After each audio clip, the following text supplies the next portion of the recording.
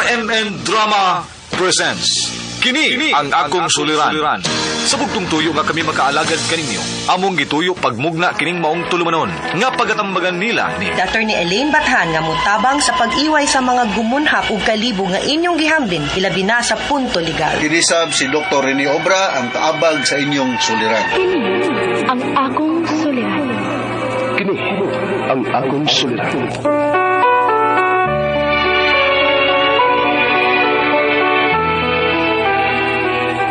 Sa atong pagkaymugso ng kalibutan, gikaluhaan at ang daan sa atong suliran. Ang suliran mo'y kabahin sa itong inadlang panginabuhian. Aba na doon ay suliran nga dilin mo mapasan nga ikaw ra. Nagkinahanglan kag katabang aron sa pagsulbad ni ini. Nagkinahanglan kag kahayag na mo'y mulandag sa imong unahuna. Ug tungod ni ini, natawag kining atong tulumanon nga naguluhan.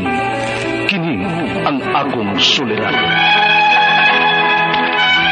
Kini ang akong suliran. Mga minugbong duwa nga matapos lang sa usa ka hugna, mga kinutlog gikan sa mga suwat sa mga minahal namong tigpaminaw. Busa kung aduna kamoy suliran nga naggumon karon sa inyong galamhan, suwata ka na ug ipadala ning atong tulumanon. Kini ang akong suliran. Aron kabuhatan ka na og duwa sa kahanginan ug pagatambagan sa mga bulawanong hunahuna. Kini ang akong suliran. Kini ang akong suliran. Sinumuat ni Teresa Tirul Soria, ubos sa direksyon ni Ingrid Miss Iver Tudaso. Dalit kaninyo sa RMN Drama.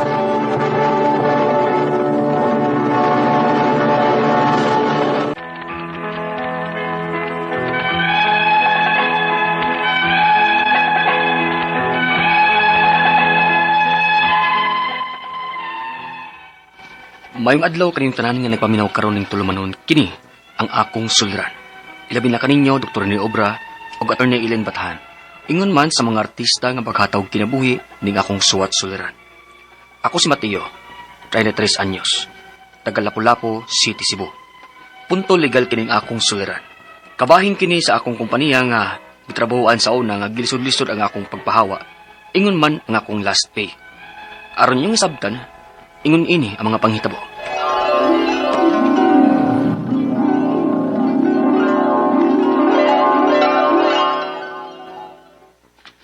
Bay, di ba nangita magagtrabaho? Ubay, nakinibawaan nga naghiring? Ang akong kitrabahoan, bay. Kanang mag-groom og mga iro og iring ba? Ay, di mo kamauan na ba yun? Tudluan naman ka. Na, siya man. Okay ra ka? Kay, ako na yung ingnon ng akong amo. Oh, sige, bahala na. Basta makatrabaho lang ko.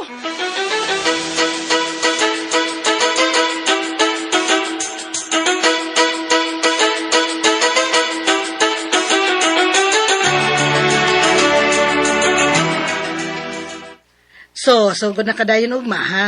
Sige, ma'am. Ay, mangutan na lang di ko tuod, ma'am. Wa mo gud ko makabasa din sa kontrata, ma'am, kung mapaakan mi sa iro, ma'am, kinsa mo nang tulubagon. Sa customer ba na? Wa na nako mabutang sa kontrata. Pero ayaw ka bala ka. Kami mo ibahala nimo kung mapaakan ka. Mau ba? Sige, ma'am. Salamat, ha.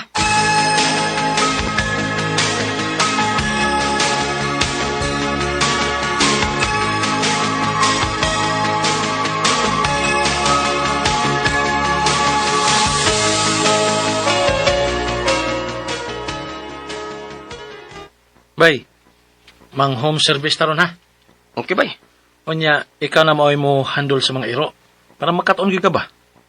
Kamao na kahakuha na, bay. Tudluan naman ka. Sunda lang itong gitudlo sa mo ha. Okay, sige.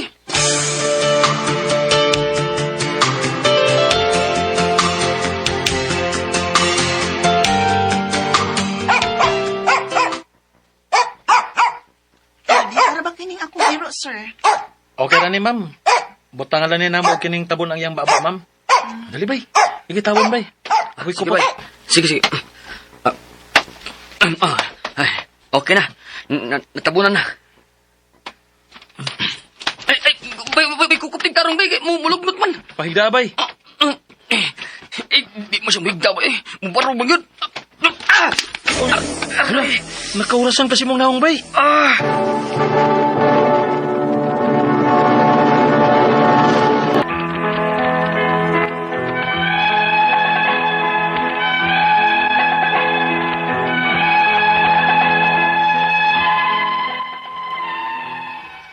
dili gid lalim trabaho Okay, bago pa man kong nakaton, nakasabot ko nga naa gyud mga panghitabo ngayon ani. Pero kampante ra ko kay ang kompanya ra may mo shoulder sa pagpa-inject namo. Mao gipahibaw dayon ako ang amo. Unya. Kauras ra di ay. Oo, ma'am. Okay ra na. Gamay raman pod na. Dili na kinahanglanon pa nga injeksyonan ka. Sa ato ba, dili mo muhatag para injection ani, ma'am?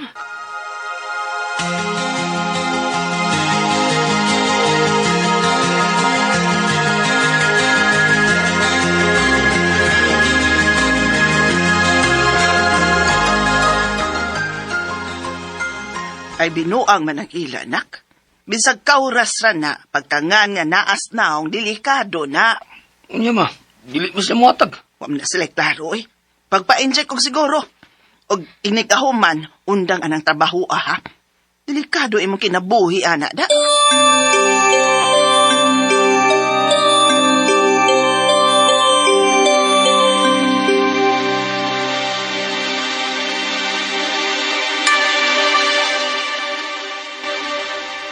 Unsa? Mundang ka? Ubay. Humano na lang nako nga mao man akong kontrata.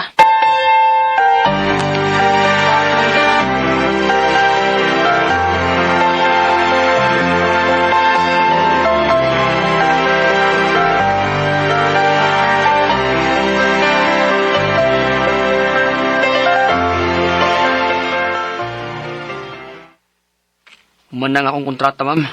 Dili na akong padayon. Ayaw ko ginanaa, ha, Matiyo. Kung gusto gyud ka mo undang, paghatag og resignation letter. Unsa?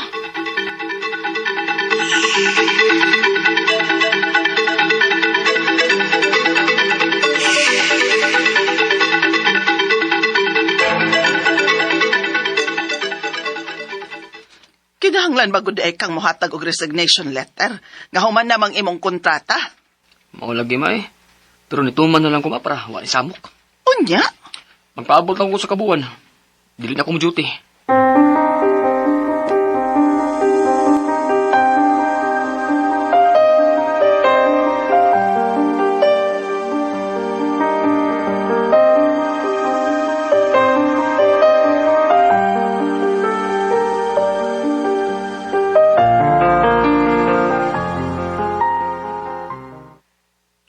Ay, salamat. Nakalingkawas yung taong ko. Oh, eh. Hello, ma'am? Asa naman ka? Ma'am, wala mo ko duty, ma'am. O sa kabuuan naman, human ko nihatag ni mo resignation letter. Unya? Kay wa pa man ako mapirmahi imong resignation letter. Maong kinahanglan pa kang mo duty, Matiyo. Oh, pero ma'am, Kung dili na gyud ka mo duty, dili na ka mo tunga. Dili na ko ihatag ang imong katapusang sweldo. Kay ni awol ka. unsa?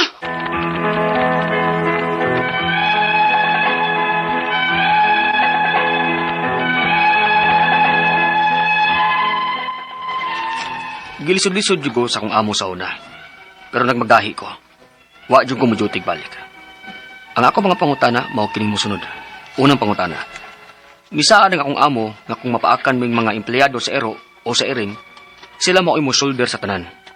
Pero wa ko ni hatagib para inject kay igo ra kuno kung nakaurasan sa naong.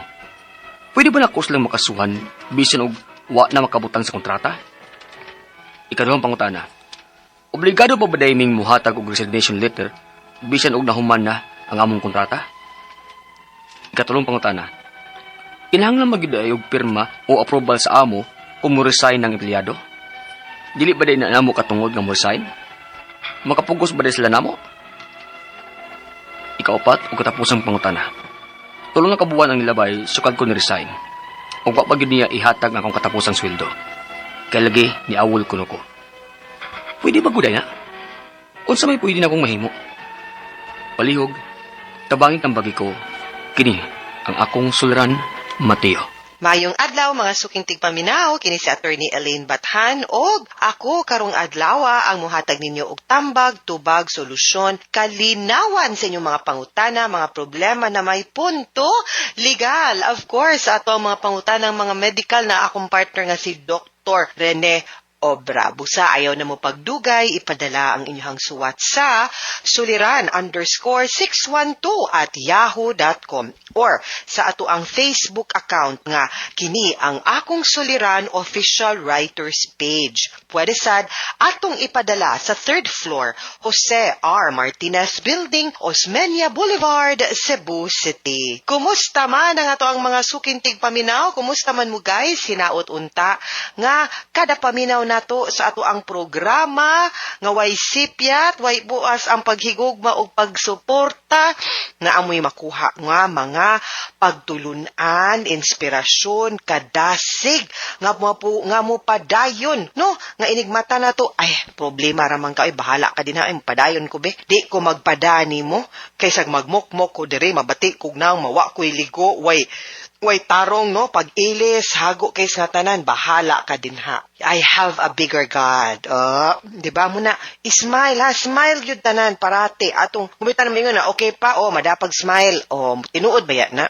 Nga, kung di ta magpadas atong problema, mas dali ta makakita og kasulbaran og solusyon nga naman kay dili man ta ma-blinded sa atong gibati, no? Mas mahatagan man tag clarity, mas mahatagan ta og higayon nga makahuna-huna og tarong, makahuna-huna ta asa ta angay mo duol kinsay ato ang angay ikip nga mga higala nga nakatabang nato, no? Kaysa anang uban nga murag wa may ambag sa akong life, oy nagdara man ni sila nasmusamot man kung ka-depress ani, di kumkuyog ninyo di ba kada mga anak ba, no? So hopefully you will be with the right people, no, and you will be led to the right solution. Letter sender nato karong adlaw kay si Mateo taga Lapu-Lapu City, Mayor Cindy Chan and Congressman Ahong Chan. Kumusta mong tanan din ha? Ug tanan mga nagpuyo din ha sa Lapu-Lapu City, labi na sa akong duha ka best friend nga si Julie Love Ordonia ug si Aisa Soronio. Kumusta mo? Punto legal ang iyahang pangutana, 33 years old, no? Si Mateo, agoy tabahin kuno sa kumpanya, ngayang gitrabahoan, di siguro na sud kumpanya. Nagkano itong mga kumpanya sa Speza, no? Kanang gitrabahoan ni Joy Ordonia, pero iyang giingon nga, gilisod-lisod kuno ang iyang pagpahawa, kay naaman to siya last pay, no? Nakaingon sa gyud siya nga di lalim kay bago pa siya nakat-on unya murag napaakan man ni siya, no? Unya galisod-lisod siyang amo sa una. So unang pangutana no, atong basahon ni saad ang akong amo nga kung mapaakan ming mga empleyado sa iro or sa iring, sila maoy mo shoulder sa tanan, pero wa ko niya hatagi og para inject kay igo ra kuno kung nakaurasan agoy sa naong pagyod. Pwede ba nako silang makasuhan bisan og wala na makabutang sa kontrata? Yes. Because ang kaning mga pag-alaga natog mga hayop, mga pets, no, nag-entail man na og certain kind of responsibility. No matter how tame or how trained ang kaning atong mga pets or atong mga hayop, naagyud ni sila'y chances or tendency kung ma-provoke mamahit. We'll have to accept that, no? Tinuod yun na. That's why we have to be responsible kung unsay ilang buhaton. Sama rasad na nga kanang naatay anak, di ba? Nga kung pananglitan, makasa na sila, kitang ginikanan mao'y maresponsable. Pariho ra na sa atong mga hayop o sa ato ang mga pets. Nga kung makasa sila, kita pod gyud ang manubag. So pwede gyud nimo silang makiha. Wa man ay labot, di man naingon ana, no? So we should be responsible pet owners. Ikaduhang pangutana, obligado pa ba di ay ming muhatag og resignation letter bisan ba og humana ang among kontrata? Dili, kay ang contract automatically naamang gyud nay period kung kanus ara taman ang kontrata, meaning diara po na taman ang imong pagpangempleyo, no, unless labi na ako nakabutang dito nga this contract ends on April 15 niya mo na automatically ends pag yun on that period. Wala na yun kay unless girenew, no? So automatic na dili na mo kinahanglan mo issue og resignation letter kay understood man unless gipahibaw mo nga kanang pa-reporton pa mo or giingnan mo nga ma-renew ang inyong kontrata. Ikatulong pangutana, kinahanglan bagod di ay og pirma or approval sa amo kung mo resign na ang empleyado.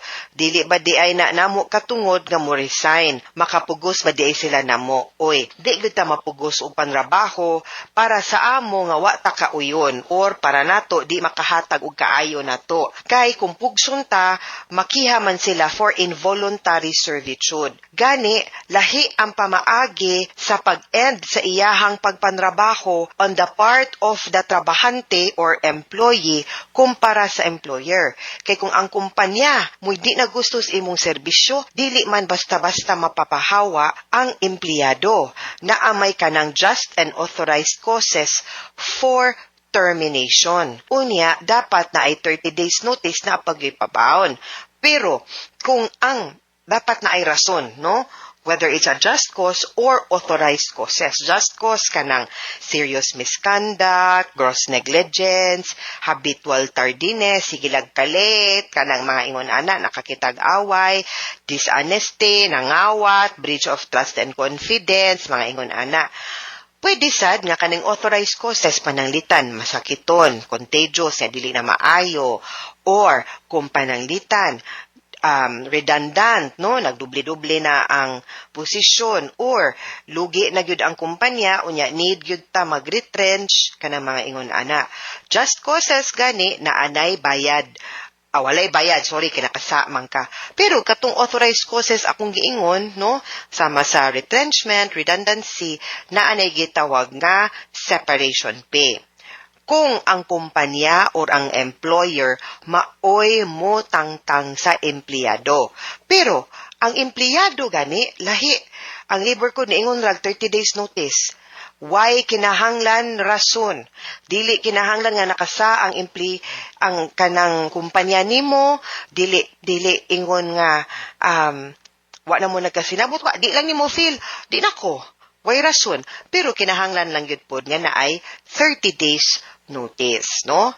So, sa imuhang case, di man mo kihanlan mo tender resignation kay contractual man ka, unya na end of contract man, no? So, dili mo nila mapugos og panrabaho. Mangyo, kakatulang 30 days notice lang within that period. Kay, naamsad gihapoy katungod pud ang kumpanya, di man pud pwede mabalda ang mga operations sa company, and that would also give time to the company para mangita og puli nimo, ha? Ikaupat o katapusang pangutana, tulo na kabuwan ning labay sukad kuno siya ni resign.